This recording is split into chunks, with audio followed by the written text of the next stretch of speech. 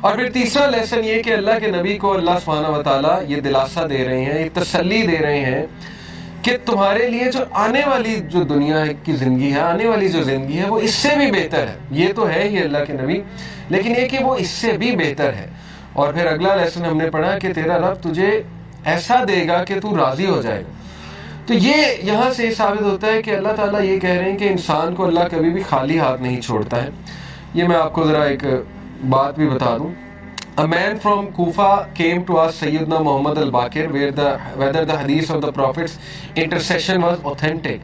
رسول اللہ کی جو شفاعت ہے اس کے بارے میں پوچھنے آیا کہ کیا یہ authentic ہے.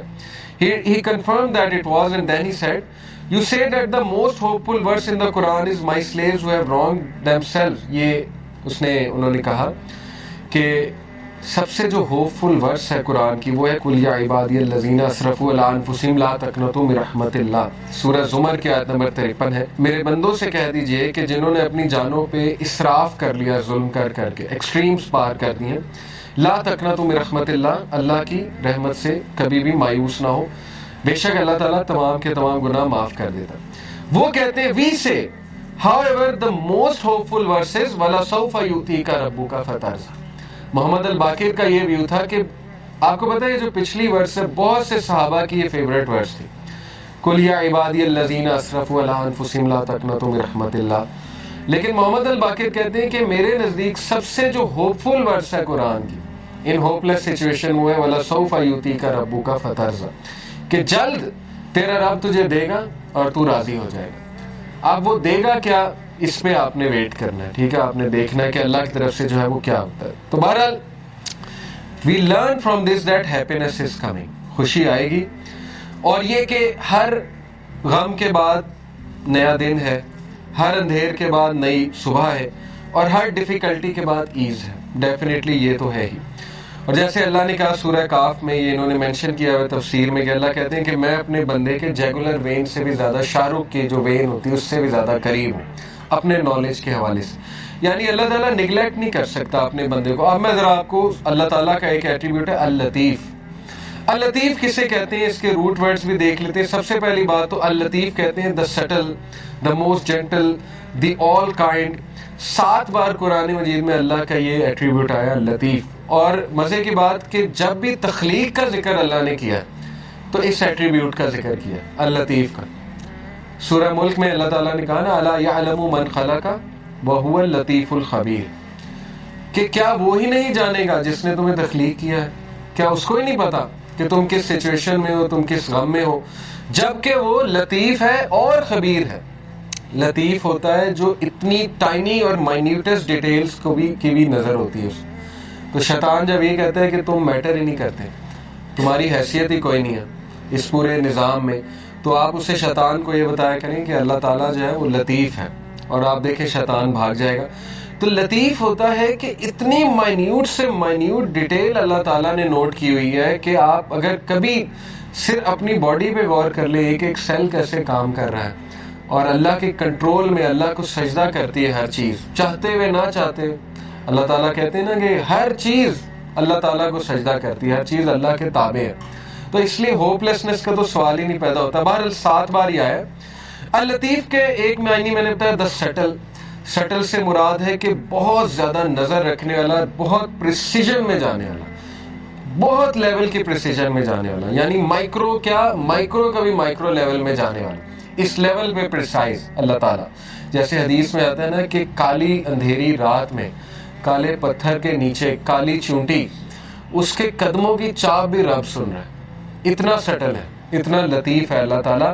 تو مومن کی دعا کیسے نہیں سن رہا؟ بات سمجھ میں آنے والی نہیں ہے نا. مومن اگر دل سے کوئی بات کر رہا ہے تو وہ کیسے نہیں اللہ تعالیٰ سن رہا ہے؟ پھر the most gentle, the all kind. پھر یہ کہ ایک میننگ اس کا یہ بھی بنتا ہے the one who disposes of our affairs in the most beneficial way without us even perceiving it. ایک معنی اس کا جو ہے وہ علماء نے یہ بیان کیا ہے کہ اللطیف وہ ذات ہے جو ہمارے معاملات کو اس طرح سے لے کر چلتا ہے ان دا موسٹ پریسائز مینر کہ انسان کو پتہ بھی نہیں لگتا کہ میرا معاملہ کس طرح سے اللہ لے کر جا رہا ہے اور کس عمدہ انداز سے وہ معاملہ جو ہے وہ حل ہو رہا ہے. He is al-Latif to his slave, being kind, gentle and merciful, and he is al-Latif of his slave. He is fully aware of your situation, your deeds, what is in your heart, your thoughts and your desires. ایک ایک چیز اللہ کو پتہ ہے، آپ کے دلوں کا حال، آپ کے اعمال، آپ کی کنڈیشن، آپ کی اسٹیٹ، آپ کے مسائل، آپ کے غم، کیا ہونے والا ہے آپ کے ساتھ یہ بھی پتہ ہے، وغیرہ وغیرہ، یہ ساری باتیں اس میں آتی ہیں. تو موسٹ کائنڈ، موسٹ سٹل اور موسٹ گریشیس، یہ چند ایک معنی ہے. لطیف کا جو روٹ ورڈ ہے وہ ظاہر ہے لام طوافہ لطافہ which points out to 4 main meanings. اب میں عربک لغت کے مطابق آپ کو لطیف کے 4 meanings جو ہے بتاتا ہوں. The first meaning is to be kind, gentle, mild, affectionate, soothing and to bestow with kindness. پہلے ورڈ کا تعلق کائنڈنس کے ساتھ ہے، جینٹلنس کے ساتھ ہے، ٹھیک ہے نا. ہم کہتے ہیں نا لطیف ہے یہ شخص بڑا، تو اس سے مراد ہے کہ بہت جینٹل ہے، بہت زیادہ نرم ہے. تو ایک اس کا یہ ہے. The second main meaning is to be thin, delicate, refined, یعنی بہت مائنیوٹ ڈیٹیلز. تھن سے مراد ہے مائنیوٹ ڈیٹیل، ریفائنڈ سے مراد ہے minute detail. Third is to be subtle. Subtle سے مراد ہے بہت زیادہ باخبر، ٹھیک ہے نا. سٹل کو ویسے بھی جی سٹل سے مراد ہے بہت زیادہ باخبر. And to know the details of all the affairs. باخبر ہونا تمام کے تمام ڈیٹیل، ایک ایک ڈیٹیل کے بارے میں باخبر ہونا.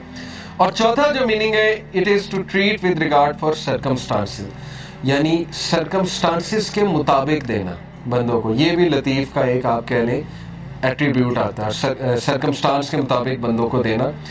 اور یہ جو ہے 7 سے 8 بار، 8 ٹائمز آیا ہے. اور ان میں سے ایک بار اس طرح سے آیا قرآن میں وَلْيَتَلَطَّفْ، یہ آپ کو پتا ہے وَلْيَتَلَطَّفْ بھی استعمال ہوا. اور باقی یہ کہ لطیفٌ خبیر، جیسے اللہ نے کہا نا وَلْيَتَلَطَّفْ کا مراد ہے let him be cautious، کہ cautious ہو جائے، باخبر ہو جائے ایک دم سے. تو لطیف جو ہے اس کا مطلب ہے باخبر ہونا. Linguistically, the concept of لطف refers to being so kind to someone that they don't notice, as well as something that's too tiny or too subtle to be seen or left. بڑی خوبصورت بات ہے، اس پہ ذرا غور کریں. لکھنے والے کہتے ہیں کہ یہ جو لطیف کا کنسیپٹ ہے یہ ایسا ہے کہ اللہ تعالیٰ اس طرح سے مدد کر رہا ہوتا ہے بندے کو کہ بندے کا گمان بھی نہیں جاتا، یعنی بندہ نوٹ بھی نہیں کرتا ہے. اور اسے جب نوٹ ہوتا ہے تو ظاہر ہے کہ پھر وہ سجدے میں گر جاتا ہے کہ اللہ تعالیٰ نے کیسے میری مدد کی ہے. اور ایسے طریقے سے کہ they don't notice as well as something that's too tiny or too subtle to be seen or felt. یعنی اللہ کی مدد آ رہی ہوتی ہے لیکن انسان کو احساس نہیں ہو رہا تھا، لیکن اللہ تعالیٰ اس کو اکیلا نہیں چھوڑ رہا ہوتا. یہ ہے بیسکلی لطیف کی implication. It also means to know secrets and minute details of things and to be able to do what others can't do. اس سے یہ بھی مراد ہے کہ ایسے ایسے مسئلے حل کرنے والا جو کوئی اور حل نہیں کر سکتا، اس کو بھی لطیف کہتے ہیں. یعنی کوئی بہت کسی کو بیماری نکل آئی ہے، 0% چانس ہے، ٹھیک ہے نا.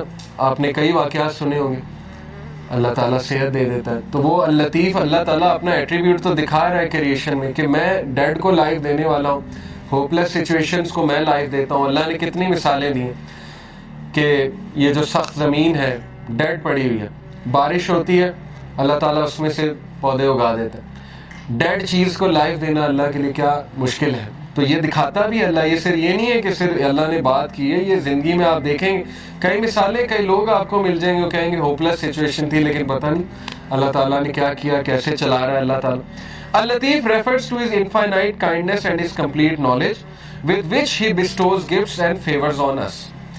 اللطیف کا ایک امپلیکیشن یہ بھی کبھی اللطیف کو ڈاؤٹ نہ کرنا. جو کچھ وہ دے رہا ہے نا اس کے پیچھے اتنی پریسائز کیلکولیشن ہے کہ آپ اندازہ بھی نہیں لگا سکتے.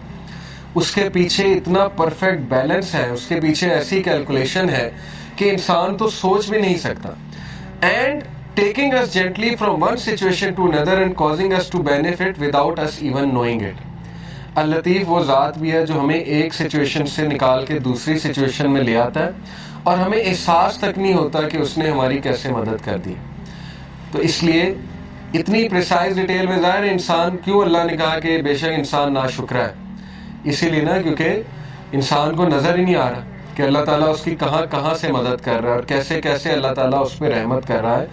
تو اس لیے یہ بات کنفرم جان لیں کہ شیطان جب بھی آپ کو احساس دلائے کہ یو ڈونٹ میٹر ٹو اللہ، تو یہ ایٹریبیوٹ اللہ کا آپ کے ذہن میں آنا چاہیے. ٹھیک ہے، اللہ تعالیٰ کو، اللہ تعالیٰ کہتا ہے سورہ نام میں کہ پتہ بھی نہیں گرتا اللہ کو پتہ. تو جس رب کو یہ پتا ہے کہ پتہ گر رہا ہے، اس کو یہ نہیں پتا کہ انسان جو ہے وہ دکھ میں ہے، اس کا بندہ جو ہے وہ کسی تکلیف میں ہے. بس فرق یہ ہے کہ ہم نا لوگوں سے امید لگا لیتے ہیں تو زیادہ مایوس ہوتے ہیں، یہ بس ڈفرینس ہے. ٹھیک ہے نا. تو توکل اس لیول کا ہونا چاہیے جو ابو ذر غفاری کا تھا، کہ اللہ کے نبی صلی اللہ علیہ وسلم نے کہا کہ ابو ذر جب تو مانگے اللہ سے مانگ اور اس کے علاوہ کسی سے نہ مانگ. تو آپ کو پتا ہے اس دن کے بعد ابو ذر کیا کہتے ہیں؟ کہتے ہیں after this day I never asked anyone for anything. ابو ذر کے بارے میں مشہور تھا کہ وہ یہ بھی کسی کو نہیں کہتے تھے مجھے پانی پلا دو. اس لیول کی مدد بھی وہ کسی سے نہیں لیتے تھے. خیر یہ بہت ہائی لیول ہے، لیکن یہ کہ کسی کی مدد لینا جائز ہے، کسی سے بات چیت کر لیں، نیک آدمی ہے اس سے مشورہ لے لیں، ٹھیک ہے نا، اس میں کوئی وہ نہیں ہے. لیکن یہ کہ امید اللہ تعالیٰ سے